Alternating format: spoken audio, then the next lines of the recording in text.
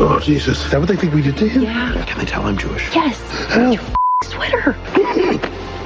Don't you dare throw up in here. Swallow it like a girl would. I need a barf bag. Barf bag.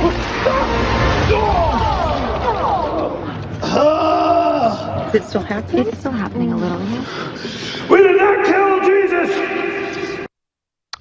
What passes for wit out of Hollywood, scenes from the newly released film The Night Before, raising a lot of concerns about Hollywood and the prevailing culture of the left, essentially trying to leave Christ out of Christmas or attack the whole notion of Christ at Christmas. But it's not only in Hollywood. The company Starbucks is now finding itself in hot water with Christians over their new holiday cup design. Now take a look at this year's cup, a plain red one. Prior years had reindeer and ornaments. Christians get the feeling that Starbucks is waging a war on Christmas, but the company released a statement saying the design change is to usher in the season with, quote, a pure design that creates a culture of belonging and diversity.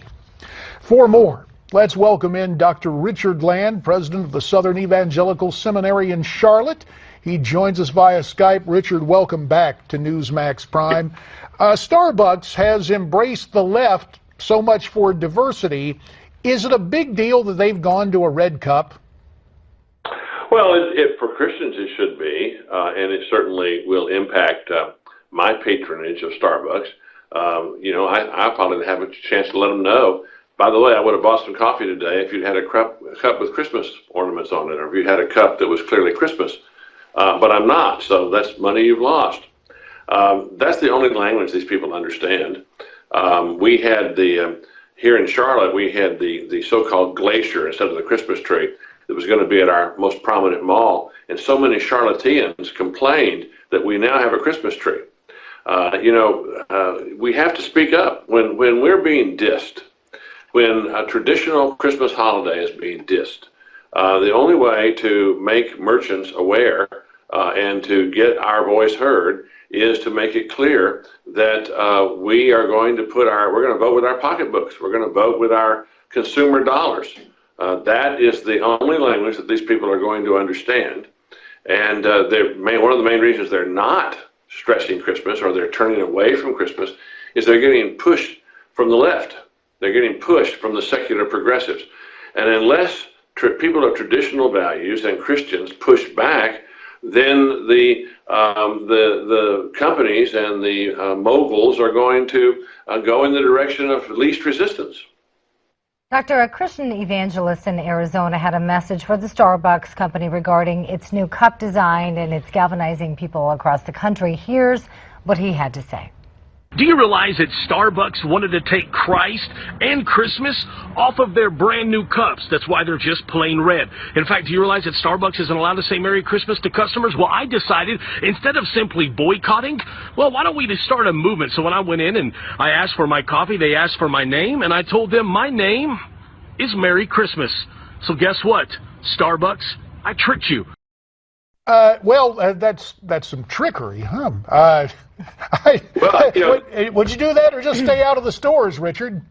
Well, I think probably I would just stay out of the stores or go in and ask for the manager and say, I normally get a certain number of drinks a week here, and I'm not going to be doing that this December and this November. And the reason is because of the choice that you've made and your company has made when it comes to Christmas cups. I could probably one up the evangelist at the risk of being disrespectful. I could say, I'm Joseph. I'm Joseph, the father of Jesus.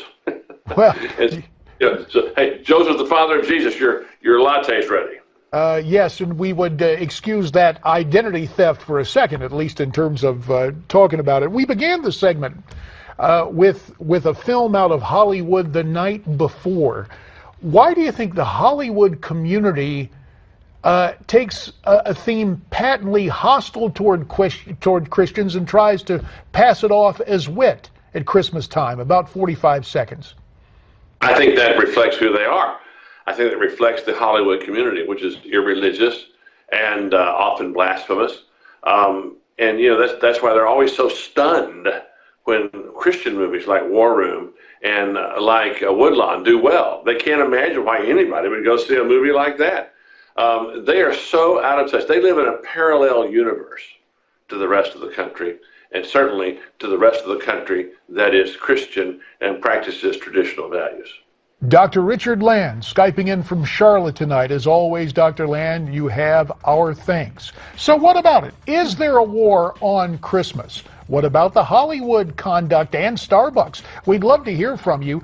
You can send your comments to us at newsmaxtv.com/comments. I'm still counting down the days to Christmas. We'll be back.